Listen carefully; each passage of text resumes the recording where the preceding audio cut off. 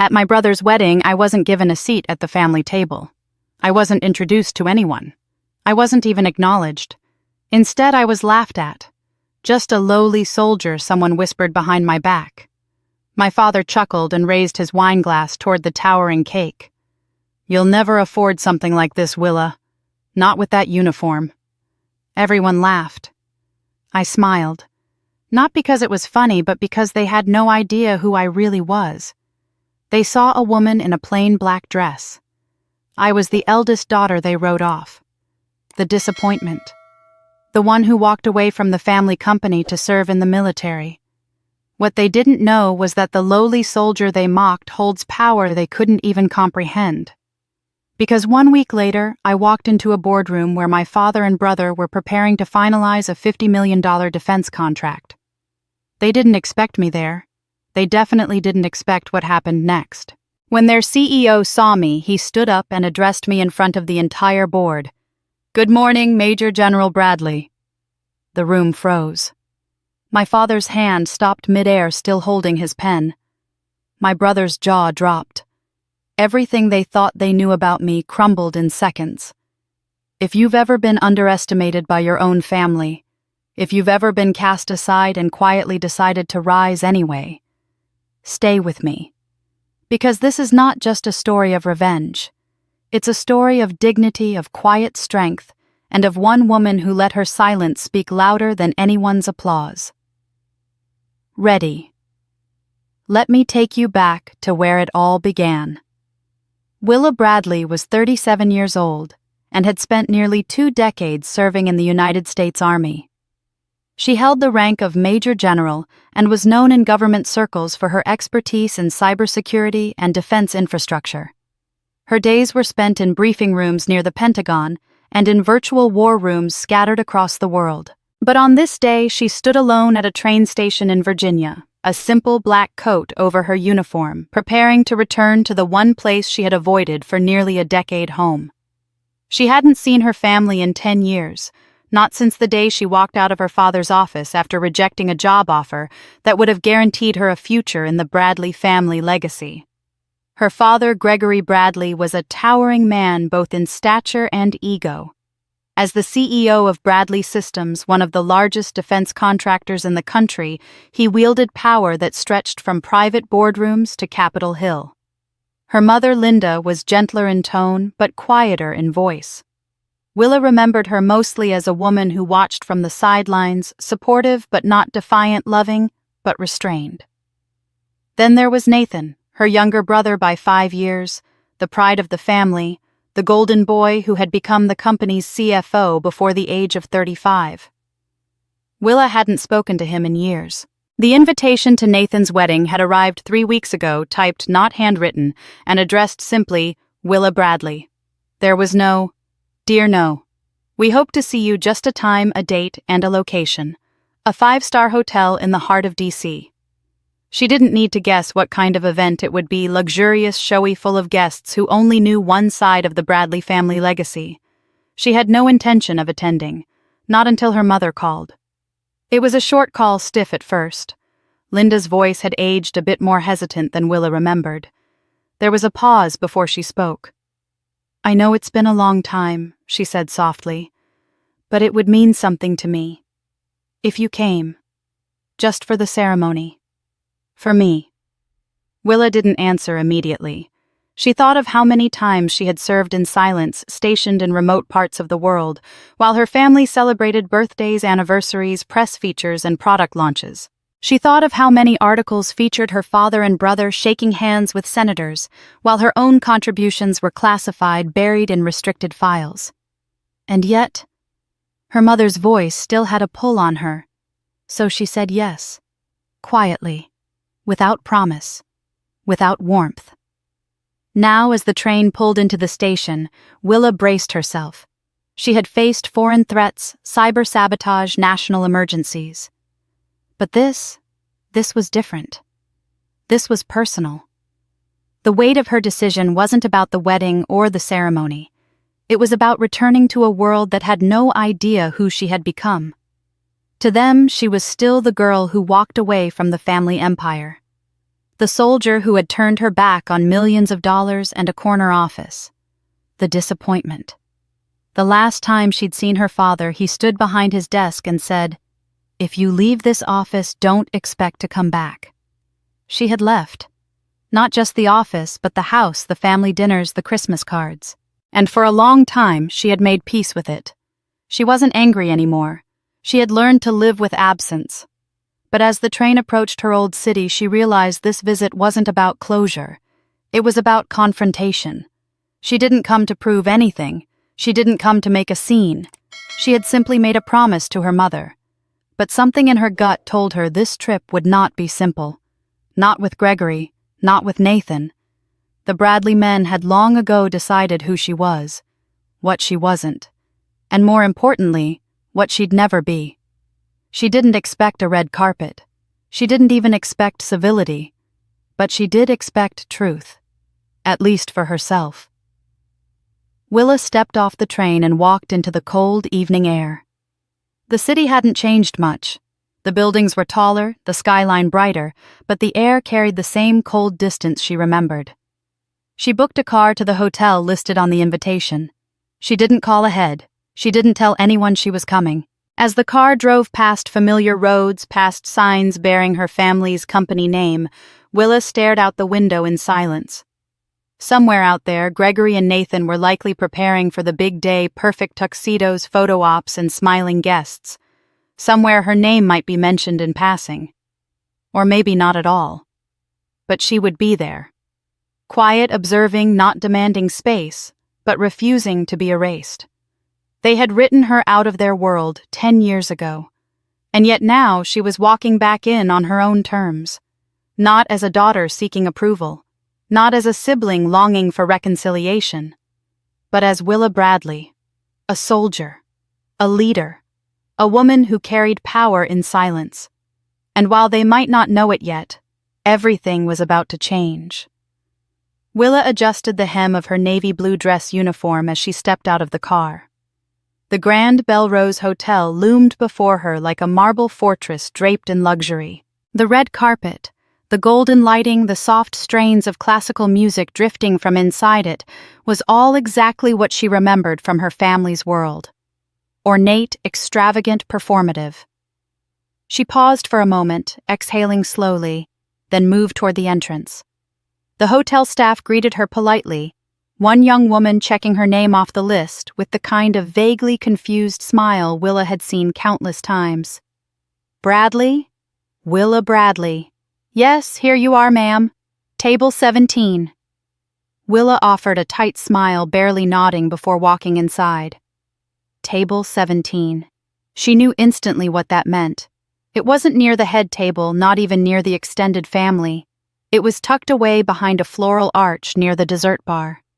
In a room filled with 300 guests, it might as well have been the hallway. It didn't surprise her, not after 10 years of absence. But it still hit like a cold slap to the face. She made her way across the ballroom, passing clusters of people sipping champagne and talking loudly about stock portfolios and overseas properties. No one noticed her. A few turned their heads briefly curious about the woman in uniform, then turned back to their conversations as if she were a hotel employee walking through the wrong door.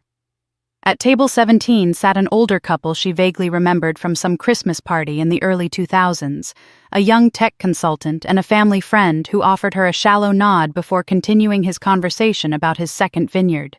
She pulled out the chair, sat down, and folded her hands in her lap. From the center of the ballroom, the crowd erupted in applause. She looked up just as Nathan, her brother, stepped onto the stage with his new bride, Eliza. They looked like a magazine spread him in a tailored tuxedo, her in a dress that shimmered like morning frost. Nathan waved as the band played a short fanfare. Willa clapped out of courtesy, though no one at her table did the same. They were too busy talking about hedge funds. Then Gregory Bradley, their father, took the stage. Silver-haired, tall in his signature gray suit and white pocket square, he held up a glass of vintage champagne and raised it high. To my son Nathan, he began, his voice commanding the room. A man who has not only taken our company to new heights, but who also begins a new chapter today with the love of his life. To Nathan, who represents the future. Cheers erupted. Willa watched as her father embraced Nathan, kissed Eliza on the cheek, then turned to face the crowd again. "There are moments in a father's life," Gregory said, pausing for effect, "when you can look at your children and say, 'Yes, I've done something right.'" Laughter. Applause. Not once did his eyes glance toward table 17. Not once did her name cross his lips. As if she were air. As if she were nothing. As the crowd settled, a man at the table behind her leaned toward his wife. "That's the other Bradley, isn't it?" he whispered. "Still in the military, you'd think she'd have moved on by now." The woman chuckled softly. "Maybe she likes it. People like that. They need someone to give them orders." Willa didn't flinch. She didn't turn around, but her spine straightened. Later, as guests made their way to the buffet, she walked slowly toward the dessert table. She didn't care much for cake, but it was something to do, somewhere to go. That's when she overheard it.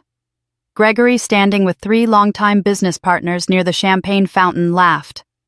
It was a rich, cutting sound, the kind he reserved for those moments when he wanted to remind the room of his status. "She wears that uniform like it's a crown," he said casually, not knowing she stood within earshot. "But let's be honest. When will a soldier ever afford a cake like this?" One of the men chuckled. "Or even be invited to a wedding like this?" Gregory smiled. "Exactly." On the train ride back, Willa stared out the window, her grip tight on her suitcase. The laughter and sneers echoed in her mind, but she whispered to herself, "They think I'm a shadow. But I'll be the storm." The next morning, she stepped into her Pentagon office, ready to face the secrets of her own family. Willa woke early the morning after the wedding, the stale taste of disappointment still clinging to her mouth like cold ash. Her military training had conditioned her to dismiss emotion, but some wounds seeped deeper than any she had endured in combat. As she laced up her boots, she caught her reflection in the full-length mirror-decorated chest, proud shoulders, the insignia of a major general gleaming with quiet authority. Yet none of that had mattered last night. Not when she was treated like a distant cousin who'd stumbled in uninvited. They had laughed. Her father had smirked. And not one person in that lavish ballroom had seen the soldier, only the daughter who had walked away from wealth to chase something they never respected. As she stepped into the early morning cold, her mind drifted to the beginning. 20 years ago, she stood on the cracked asphalt of Fort Benning's training grounds, a scrawny 20-something with determination in her bones and fire in her blood. She was one of 5 women in a cohort of 200. Most of the men ignored her. Some mocked her. Others made bets on when she'd quit. But Willa never quit.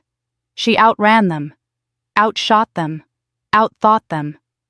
And when she collapsed into bed each night with aching muscles and bruised ribs, she reminded herself why she was there, because her father said she couldn't do it. Because she needed to prove to herself that she didn't need the Bradley name to be someone. She quickly rose through the ranks, not because of connections, but because of results. Her mind was sharp, her instincts sharper. By 30, she was leading her own cybersecurity unit. At 32, she was handpicked to command Operation Iron Shield, the military's most sensitive counter-cyber offensive. An unidentified foreign state actor had penetrated the Department of Defense's primary data clusters. Millions of sensitive files were moments from being compromised. Willa's team responded in less than 5 hours. They not only traced and blocked the breach, but launched a counter-infiltration that exposed an entire spy network. No casualties. No headlines, just silence and the quiet satisfaction of having protected millions without ever needing applause. That mission earned her the NATO Medal of Distinguished Cyber Defense, a ceremony in Brussels, international media coverage, her name whispered among top Pentagon brass. She sent a formal invitation to her family, her father, her mother, even Nathan. She included flight accommodations, VIP seating, a personal letter. No response. Not even a declined RSVP. Days later, she called her mother. The conversation was brief, evasive. "We're so proud of you, sweetheart," Linda had said. But when Willa asked again about the ceremony, her mother stammered something about business travel and Greg's schedule. She hadn't even known what country Willa was in. She remembered ending the call and staring at the hotel room ceiling, her medal still in its velvet box on the nightstand unopened. For most people, that might have broken them. But Willa had long accepted that her family's affection came with conditions she had no intention of meeting. Her promotions, her medals, her clearance level. They all existed in a separate universe from the one her family lived in. Her world was one of firewalls, black ops, classified data transfers, and invisible threats. Their world was marble offices, private jets, and boardroom applause. And yet, no matter how far she rose, she remained the daughter who ran away. In her father's eyes, Nathan was the heir, the future, the embodiment of everything the Bradleys stood for. Willa was a stray, capable, sure, but always a little out of place. It didn't matter that the military had entrusted her with decisions that affected global stability. To Gregory Bradley, she was still the girl who'd walked away from a corner office to play soldier in the dirt. That unspoken judgment, that silent dismissal had followed her through every deployment, every operation. It echoed in every unopened email, every ignored voicemail. And last night at the wedding it became a roar masked in polite smiles and backhanded remarks, but loud enough for her to feel it in her bones. "You'll never afford a cake like this," her father had sneered. And maybe to him that cake symbolized everything he thought she lacked. But Willa wasn't interested in sugar and frosting. She was interested in the classified folder now sitting quietly in her travel bag, one stamped with Nexora Dynamics' project code. She hadn't come to the wedding to be seen. She had come because something bigger was coming, and she intended to face it in full uniform. Standing now in the stillness of morning, the wind brushing against her face like an old friend, she whispered the words only she could hear. "I'm a major general, but to them, I'm still the daughter who left." Her eyes didn't waver. "In 1 week they'll know who I really am. Certainly." Willa sat alone in her modest office at the Pentagon, the early morning light barely piercing through the blinds. The air smelled faintly of brewed coffee and cold metal, a scent she had long grown used to. She had returned to base just days after her brother's wedding, but the memory of it lingered like a sour aftertaste. The laughter, the whispering, the way her father dismissed her existence with a smirk and a single line about a wedding cake, it all still echoed in her ears. But today those memories took a back seat. A folder lay open on her desk, stamped classified. Inside was a document that would tie her personal life and professional duty together in a way she never imagined. Colonel Dana Reed, a seasoned officer with a reputation for ruthless efficiency, had briefed her just hours earlier. The Department of Defense had assigned Willa to supervise the technical audit and security compliance of Project Helios, a high-priority cyber defense initiative worth $50 million. The stakes were monumental. Project Helios wasn't just another piece of government red tape. It was set to form the backbone of America's next-generation defense grid, guarding everything from drone systems to nuclear command lines. Willa had seen countless contracts before, but when she flipped through the proposal file and saw the name of the primary contractor, her fingers froze. Bradley Systems, her family's company. The empire built by her father, Gregory Bradley, now managed financially by her brother Nathan. The very people who had laughed at her uniform, who had sat her at the back of the room like an afterthought, were about to stand across the boardroom table from her. Only this time she wouldn't be wearing a black dress blending into a sea of strangers. She would be in full uniform, decorated, respected, in command. She didn't smile. She didn't frown. She merely leaned back, exhaled slowly, and picked up her pen. The name on the paper didn't change her duty. If anything, it sharpened it. By noon, Willa had pored over every line of the preliminary report. Bradley Systems had proposed an impressive set of deliverables, adaptive firewalls, quantum-proof encryption protocols, and real-time AI-driven threat monitoring. On the surface, it was a gold-standard submission. But Willa had learned long ago that impressive language could hide dangerous omissions. She scanned the financial breakdown again methodically. Her training had made her fluent in more than just code and defense systems. She understood the language of money. When she reached the section labeled International R&D Partnerships, her eyes narrowed. A line item stood out: Singapore R&D licensing fee, $47,000. She blinked once, leaned forward, and reread it. There was no subdescription, no attachment, no timeline, just a single vague line representing nearly the entire budget of the project. She opened a secure line to Colonel Reed. "Sir, I found something." Reed's voice came through crisp and low. "Go on." "There's a $47 million allocation marked as a licensing fee to a Singapore subsidiary, but there's no corresponding documentation, no research track record, not even a project code." There was a pause. Then, "You believe it's a shell?" Willa didn't answer immediately. She stared at the line again, her father's voice whispering in her mind. "You'll never afford a cake like this." Her fingers tightened around the pen. "I believe it needs to be investigated," she replied calmly.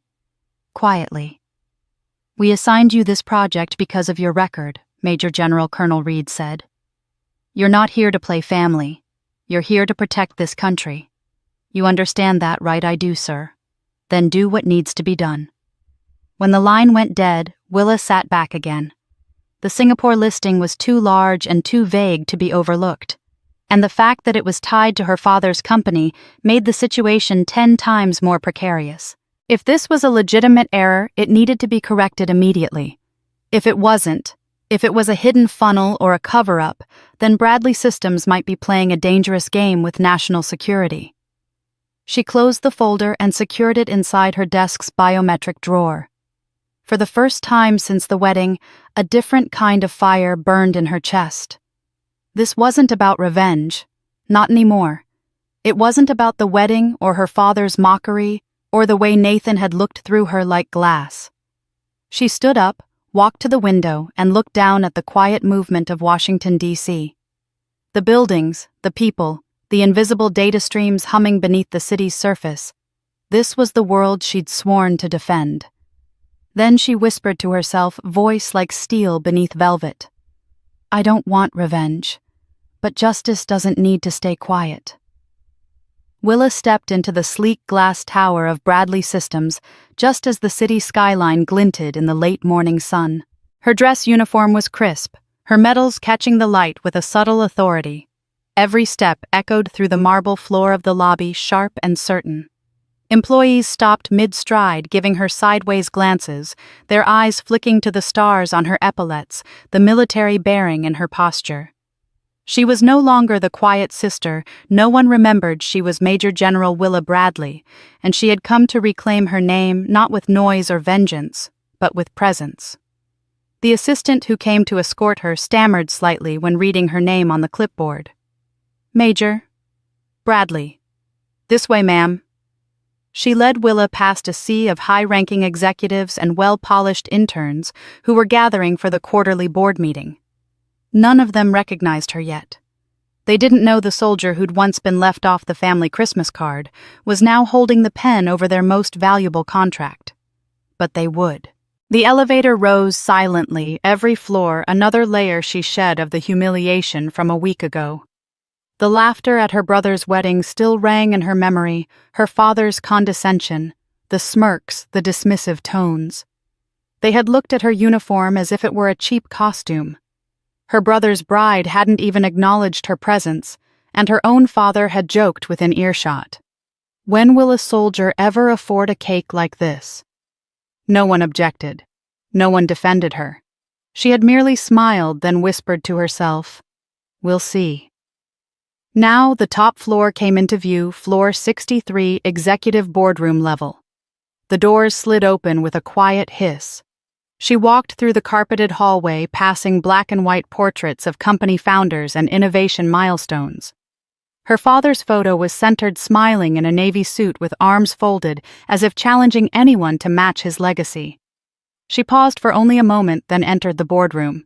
The long table was surrounded by executives in dark suits. On one side sat Gregory Bradley, her father flanked by Nathan, her younger brother. Gregory looked powerful, self-satisfied, already mid-discussion about their upcoming contract. Nathan scrolled through something on his iPad, lips curled with confidence. Neither looked up when the door opened. But one man stood: Robert Callahan, the CEO of Bradley Systems, and an old contact from Willa's work with NATO.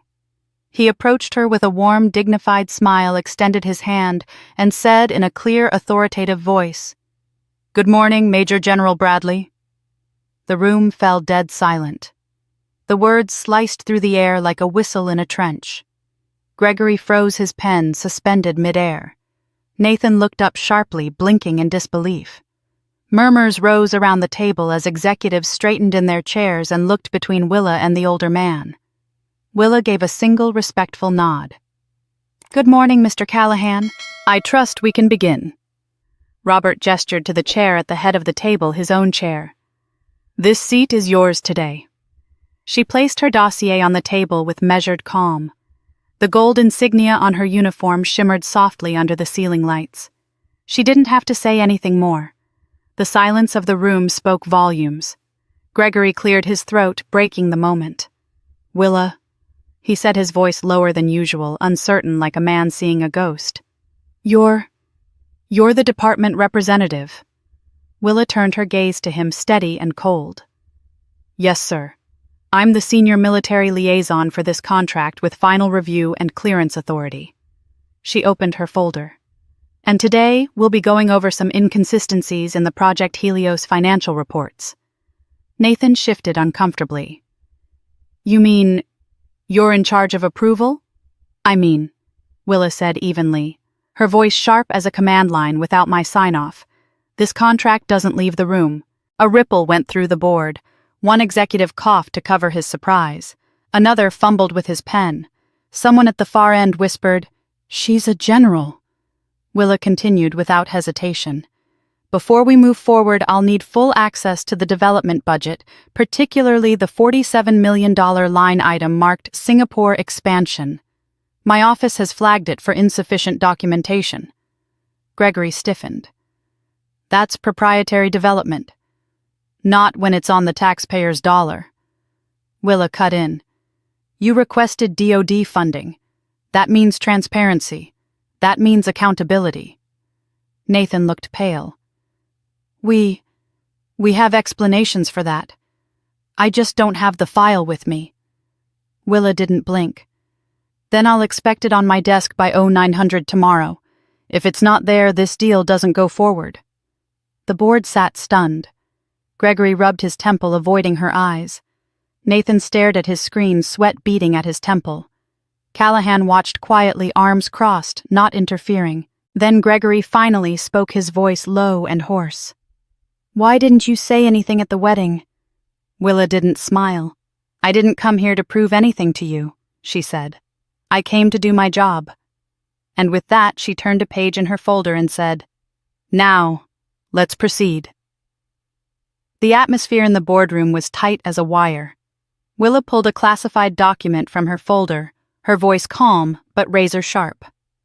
"Now, regarding the $47 million listed under the Singapore development fee, according to my military intelligence report, this isn't a legitimate expense. It's a shell company created by Nathan to funnel personal funds." Nathan went pale. He stood abruptly. "That's a baseless accusation." Gregory turned to his son, his eyes flashing with a mixture of anger and disbelief.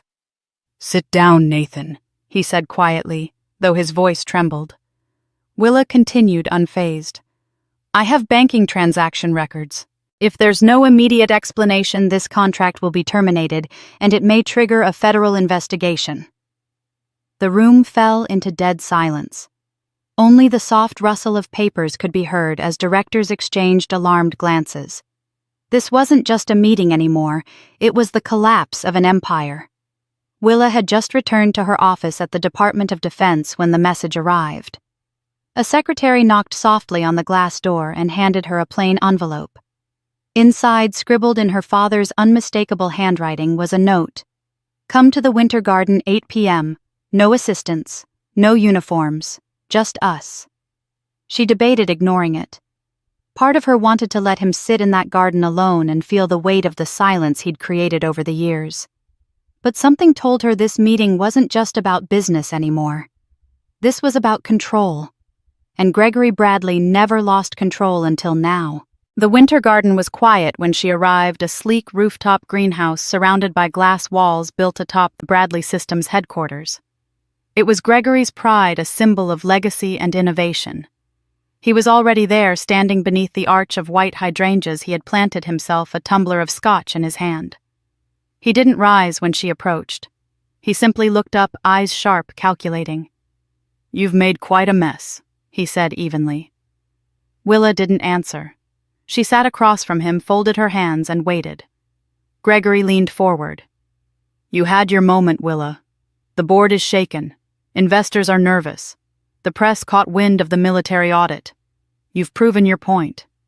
She tilted her head slightly. "What point do you think I was trying to make?" Gregory waved a dismissive hand. "Come now. You want respect." "Recognition. I understand that. But there's a way to handle family matters without burning the house down." She stared at him. "This isn't about family," he smirked. "Of course it is. You're a Bradley. Always have been, always will be." "No," she said quietly. "I earned every stripe on my shoulder without a single dollar from this name." Gregory leaned back in his chair and sipped his drink. "I'm not here to argue with your military accomplishments. But you and I both know the system doesn't run on integrity alone. Reputation matters. Access matters. Imagine the power of having a major general backing Bradley Systems. Just the image of it would calm every federal office watching us right now." Willa's expression didn't change. "You want me to clean up the mess. I want you to help us move forward," Gregory said smoothly. "With your clearance, you can bury this. Think of your mother. If this scandal breaks, she'll suffer most. I can make things difficult for you, Willa." Willa's heart clenched at the mention of Linda, but her voice held firm.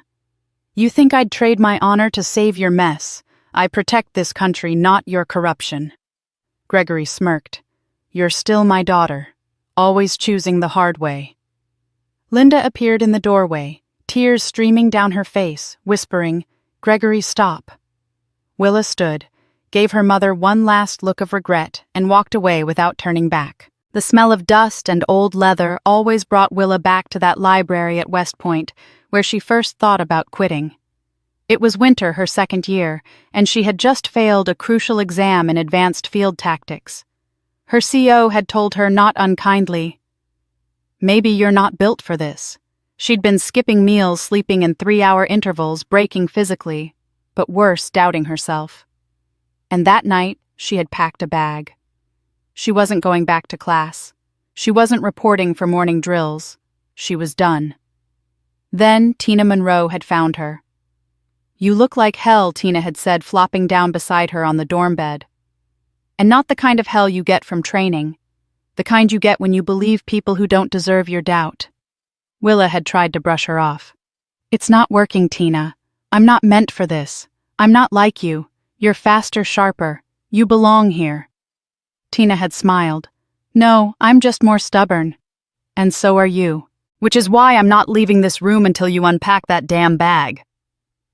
They had stayed up all night talking, not about war or tactics, but about grit, about being women in a place built by and for men, about not giving them the satisfaction of watching one of them fail. Years passed.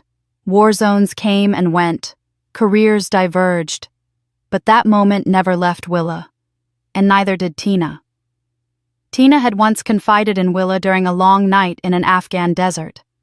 "Nathan said I was impressive, but not suited for his high society life," she'd said, voice bitter. "My uniform was for taking orders, not attending galas." Willa had hugged her, vowing Nathan would never hurt anyone else like that. Now Tina was the one poised to turn the tables. Now 2 decades later, Tina Monroe was no longer just her best friend, she was Deputy Director of Defense Procurement. The same woman who once dragged Willa out of doubt was now the person whose signature could stall or sink Bradley Systems' multi-million-dollar bid. And that wasn't a coincidence. It was Willa's plan. She had looped Tina in discreetly 2 weeks before the official review. After she saw the Singapore development fee in the contract, she knew the audit had to go deeper. And she knew the perfect person to help uncover the truth with both precision and emotional distance. Tina had agreed immediately. "I owe you nothing," she'd said, tapping the file, "but I owe Justice everything."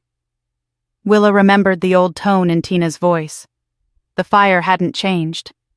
But what Tina didn't mention until later over a closed-door review meeting was this: she'd known Bradley Systems before, intimately.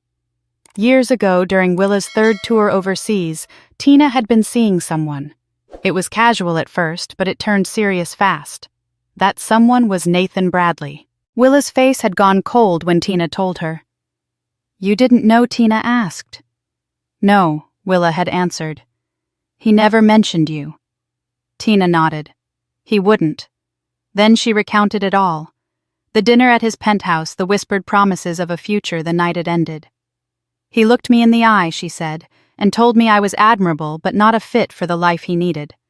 That uniforms like mine were meant for following orders, not attending galas."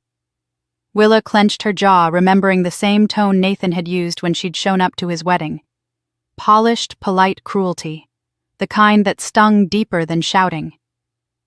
Back in the present, Willa sat silently at the rear of the defense review chamber as the Bradley Systems team prepared their revised pitch. It was the first time Nathan had seen Tina since that breakup. He didn't recognize her at first. She had changed. Her long braid was now a short executive cut. Her suit was custom, her posture unshakable. She looked like power. Then she spoke. "Before we proceed," Tina said, addressing the room with formal authority, "we'll need clarification on the licensing structure of the Singapore asset. We've found inconsistencies in the audit trail and failure to disclose foreign subcontractors." Nathan's face lost all color. He blinked at her twice, then leaned over and whispered to his father. Gregory looked at her, then at Willa. The realization was sharp and sudden. Willa didn't move. Her face was neutral, but inside she felt the shift. Nathan turned back to Tina. "Tina. Monroe." She met his gaze calmly. "Ms. Monroe to you." The room went quiet again. Tina continued without pause, walking the panel through her findings. Every sentence was razor sharp, every point rooted in data and discipline. Nathan tried to speak once, but Tina shut him down with a single phrase. "We're not here to revisit old relationships, Mr. Bradley. We're here to talk about accountability." Willa sat back and watched. She wasn't here for revenge. Not really. But Justice looked exactly like this. A woman once dismissed as not CEO wife material, now holding the pen that could sever his company's future. And doing it with poise. By the end of the meeting, Nathan could barely lift his eyes. Gregory said nothing at all. He simply tapped his fingers on the conference table, waiting for it all to be over. When the session ended, Tina approached Willa in the hallway, portfolio in hand. "Did you enjoy the show?" she asked. Willa gave a faint smile. "You did all the heavy lifting." "I always do," Tina replied. But this time it actually felt good. They didn't need to hug. The bond between them didn't require ceremony. "Ready for the final phase?" Tina asked. Willa nodded. "Let's finish what they started." And they walked back into the light. The apartment was quiet in a way that felt almost unnatural. Not peaceful, not hostile, just suspended, as if the walls themselves were waiting to see what Willa would do next. She stood at the door a long moment before setting her keys in the tray, removing her shoes with slow, deliberate motions. Her uniform jacket hung heavy in her hand as she walked to the small hallway closet, hung it up and closed the door with a soft click. The silence that followed wasn't empty. It was full of the weight of names, of years, of all the things that had never been said. She walked to the small wooden desk tucked beneath the window, the one piece of furniture she had kept from her childhood home. She opened the bottom drawer and pulled out a worn envelope creased at the edges. The ink faded slightly with time. Her name was written on it in cursive. She had found it months ago, folded between a stack of her father's tax records when visiting her mother. Linda hadn't mentioned it, hadn't said a word. but Willa had known. And she hadn't opened it until now. She slid her finger gently under the flap and pulled out a single page written in her mother's careful looping script. Dear Willa, I know I should have written this long ago, but I never knew how. You've always been stronger than me. You chose a life I didn't understand, still don't. But I see now what it made you. I see the weight you carry, and I see that you were never the disappointment your father said you were. I just didn't have the courage to say it when you needed to hear it. I watched you walk away, and I told myself it was your path. But it was my silence that hurt us both. I should have stood up. I didn't. And I'm sorry. I miss my daughter. I love her. And I hope one day she knows that. Willa read the letter twice, then folded it carefully, placing it back in the envelope. She didn't cry. But the silence shifted again, deeper now, tinged with something like release. She walked to the kitchen counter where the mail had piled up from the past week. A cream-colored envelope caught her attention. No return address, but the handwriting was familiar. She opened it gently. Inside was a short note written in block print. Major General Bradley. I've sat through more boardrooms than I can count. I've seen men pretend to be strong, and I've seen women fight to be seen. But I've never seen anyone do what you did, not with so much control and dignity. My daughter is 6. When she grows up, I hope she walks like you do. Respectfully, Robert Callahan. Willa held the note in her hand for a long time. Then she placed it beside her mother's letter. She didn't frame them. She didn't hang them. She just left them there side by side on the table, proof that words even late still mattered. She returned to her desk, opened her laptop to check the project's status reports. 2 days later, Nathan appeared at the base gate, his suit rumpled hair slightly disheveled. Willa. I came to say it in person, he said, voice unsteady, eyes avoiding hers. I thought I was leading this family, but I was just chasing Dad's shadow. I was wrong about you, about everything. Let me make it right. Willa looked at him, not with anger, but with a weary calm. Fixing things doesn't erase the past, Nathan, she said softly. But it's a start. She turned back toward her office, leaving him standing in the cold morning air. Instead, she stood, walked to the window, and looked out at the city below. The sky was bruised with evening colors bleeding into one another, indistinct but vast. Her reflection stared back at her in the glass, older now, harder in some ways, softer in others. She didn't know what tomorrow would hold. The contracts might fall. Her family might drift further away. Or not. But at that moment, with the city humming beneath her and the night pressing gently on the glass, she finally allowed herself to be still. Not because it was over, but because for once she didn't have to fight. Not tonight. The letter came on a Tuesday, tucked into her mailbox between a government briefing and a dry cleaning receipt. No return address. Just her name written in that unmistakable looping script that once helped her practice cursive in 2nd grade. Inside was a short note folded twice, the ink slightly smudged at the corners. If you're ever nearby, I'd love to cook salmon for you again. The way you liked it. Crispy skin, lemon butter. No uniforms. Just you. Just home. There was no apology, no grand declarations, just that one quiet invitation. Willa held the letter for a long time before setting it on the kitchen counter. She made no immediate decision. Duty gave her a language of protocol, but forgiveness never came with a manual. That Friday evening after sunset, Willa found herself parked outside the old house. The porch light was on, casting a warm glow over the flower beds. It looked exactly as she remembered, which made it feel both foreign and familiar. Like a song from childhood you hadn't heard in years but still knew by heart. She was in civilian clothes, a soft gray sweater, dark jeans. No stars on her shoulders, no sharp creases. She didn't ring the bell, just walked up the steps and opened the door the way she used to, quietly, respectfully, as if the house itself had to give permission. The smell hit her first, rosemary butter, something citrusy. and underneath it, a hint of nostalgia she couldn't quite name. Linda was in the kitchen, her back to the doorway, hair pinned up, moving slowly between the stove and the counter. The sound of the pan sizzling was steady, unhurried. She didn't turn around. "I wasn't sure if you'd come," she said softly. Willa stepped into the room but didn't speak. She watched as her mother flipped the fillet in the pan, the skin perfectly golden. Her hands were slightly shaking. "I used too much garlic last time you were here," Linda continued almost to herself. "You were 15. You didn't say anything, but you drank 2 glasses of water during dinner." Willa gave a small exhale, not quite a laugh. Linda plated the food with care, setting the dish down on the worn oak table. 2 forks, 2 glasses of water with lemon wedges. She finally looked up. "Sit," she asked. Willa sat. They ate in near silence, but in Willa's mind memories surged, her mother teaching her to tie her shoes at 5, voice soft and patient. "She was the only one who ever believed in me," Willa thought, but the pain of 10 years kept her hands still, as if bound by an invisible wall.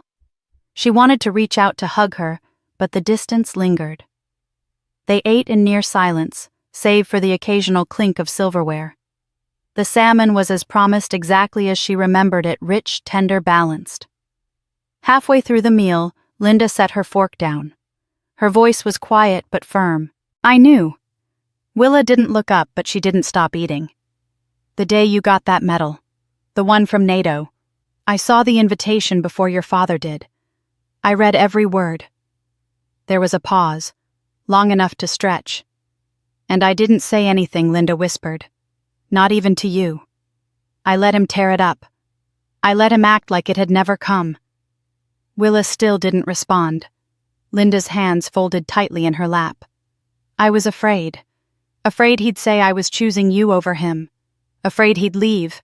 Or worse, cut you off even more." She took a breath, unsteady. "But the truth is, he didn't need my silence. I gave it freely. Because I thought, if I stayed quiet, things would stay together." Another pause. They didn't. Willa set her fork down. The sound was light, but final. For a moment, neither moved. Then Willa looked her mother in the eyes, not with anger, not even disappointment. Just calm, almost tired acceptance. "You knew," she said. Linda nodded once, barely. Willa picked up her glass of water and took a sip. Then, without emotion, she said, "You cooked it better than I remembered." Linda's shoulders shook, not with sobs, but with something quieter. A release. The tears slipped down her cheeks slowly, with no drama, no collapse. Willa didn't reach across the table. She didn't speak further. She simply finished her plate, placed her napkin down, and sat with her mother in the fading quiet of the kitchen. It was not closure, not healing, not yet. But it was a beginning. The dining room was smaller than Willa remembered, or maybe she had just grown used to larger, emptier spaces. The kind with white walls, polished floors, and no history. This room, in contrast, felt lived in. The chairs creaked. The table had a small scorch mark near the edge from an old candle mishap. The walls were faded in patches where pictures once hung. And yet there was something warm here now. Or maybe for the first time she was allowing herself to feel it. Dinner had been set, simply roast chicken, green beans, potatoes. Nothing extravagant. No speeches, no place cards. Just plates, utensils, and the quiet shuffle of chairs being pulled into place. Gregory sat at the head of the table as always, Nathan across from him. Linda moved gently from kitchen to table, refilling water glasses and smoothing the linen napkins as though the act itself might keep everything steady. Willa stood a moment before sitting. The chair next to her mother was open. It used to be set aside for guests or distant relatives during holidays. Not family. Not really.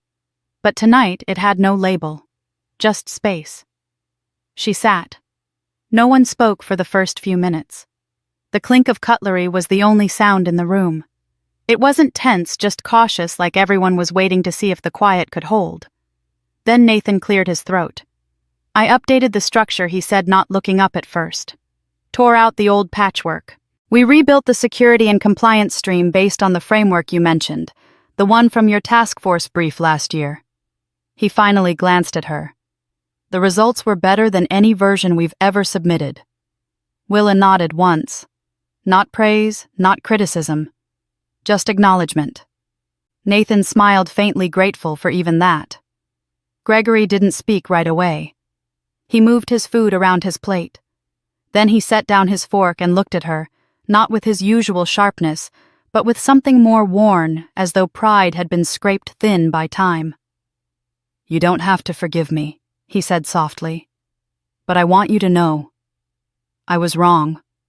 The words sat in the air, heavy but calm. Willa didn't answer. Not because she didn't hear, but because she needed the silence to say what she couldn't. Gregory didn't push. He nodded and returned to his plate as though unburdened just by having said it aloud. Linda reached over and poured more tea into Willa's glass, her hand brushing her daughter's wrist. A quiet, steady gesture. Her other hand came to rest gently on Willa's shoulder. No squeeze, no trembling, just presence. It wasn't absolution, but it was enough. Willa took a slow breath and looked around the table. At her brother, whose eyes no longer held that rehearsed gleam. At her father, smaller somehow, but no longer pretending to be larger than life. At her mother, who had stopped hiding behind silence. Then she looked at the seat she had taken, the one that was once a boundary. Now it was hers. She didn't offer a toast. She didn't raise her voice. She simply reached for the bowl of potatoes, passed them across the table to Nathan, and broke the rhythm of separation. Later, as dinner drew to a close and the dishes were slowly cleared, Willa stepped briefly outside to the porch. The evening air was crisp, tinged with pine and cooling stone. She looked out into the yard where she and Nathan had once raced in the dark, chasing fireflies with empty jars and whispered dares. Her mother joined her after a few minutes, wrapping a cardigan around her shoulders. "You came?" Linda said, voice quiet. "I wasn't sure I would," Willa admitted. "I wasn't sure you should." They stood a while longer. Willa turned to her and said, "You don't have to say anything." Linda shook her head. "I know." A pause. "Not forgiving doesn't mean I'm still angry," Willa said. "But forgiving, it doesn't mean forgetting either." Linda looked at her, searching. "It just means..." Willa continued, "I don't want to carry the pain anymore." Her mother reached for her hand and held it gently. Inside the house, Gregory and Nathan were gathering leftovers, clumsily trying to pack containers. They laughed once, soft, brief, unsure. It wasn't healing. Not yet. But it was real. The hallway outside her quarters was quiet, the kind of silence that belonged only to military bases in the early hours before dawn. Willa walked slowly, her steps measured heels clicking softly against the polished concrete. She opened the locker that bore her name, General W. Bradley, and inside hung her dress uniform, freshly pressed metals precisely aligned. Beside it on the small inner shelf she placed two things, a folded letter from her mother, and a photo of Tina Monroe taken just last year, smiling windblown on a tarmac in Germany, eyes still defiant. She stared at the uniform for a moment longer before reaching up and gently brushing a speck of dust from the collar. It wasn't just fabric and thread. It was weight, memory, identity. And it was hers, earned in silence, without applause, without the need for approval from anyone who had ever turned their back on her. Later that morning, a formal envelope arrived. It came through her office inbox, routed through 2 levels of administration, and marked with the seal of the Defense Department. Inside was an invitation, official, embossed, impersonal. Major General Willa Bradley is invited to stand on stage alongside the senior executive team of Bradley Systems in recognition of the successful launch of the EagleNet cyber defense program and in honor of intergenerational contributions to national defense. She read it twice. Then she folded it neatly and placed it into the recycling bin beside her desk. That evening she composed a letter, not long, not angry, just final. To whom it may concern. I respectfully decline the invitation. While I am proud of the work completed, I will not stand beside individuals who once dismissed both my service and my integrity. Respect is not retroactive. It is earned in real time. Sincerely, Major General Willa Bradley. She signed it with a black pen, slid it into an envelope, and handed it to her aide with no further instruction. 2 days later, while walking back from the gym, a junior officer approached her near the mess hall. "Ma'am," he asked carefully, "I heard your family was part of the event next week. Any chance you'll be there?" She paused, watching a line of cadets jog across the field in formation. "I don't think so," she said. The officer hesitated. "Not even to see them again?" She looked him in the eye, calm and direct. "I'm not sure I'll go back. But now, at least they know who I am." The conversation ended there. But something in her chest felt lighter, cleaner. There were no fireworks, no dramatic confrontation, just distance and dignity. That night she stood by the window of her quarters. The lights of the base stretched in orderly lines across the compound. She could hear a helicopter winding down somewhere on the tarmac, the distant whir gradually giving way to quiet. The stars above were crisp, unblinking. Her reflection looked back at her from the glass, older now, marked by war, by time, by betrayal, and by resolve. But whole, undiminished. Willa didn't smile. She didn't cry. Instead, she walked to her desk, pulled out the invitation to the Bradley Systems event, and placed her NATO medal on top of it. "They can keep their stage," she whispered, sliding both into an envelope addressed to her father. She sealed it with steady hands, a final act of closure. Some victories don't need applause. Some truths don't need shouting. And some women like Willa don't need permission to stand tall. If this story stirred something in you, if it reminded you of a moment you were overlooked but chose to rise, share it. What was the moment you stood up, not to prove them wrong, but to protect your peace? We read every story, because here we tell stories not just to entertain, but to remind you. You're not alone. Stand tall, quietly or loudly, but always as yourself.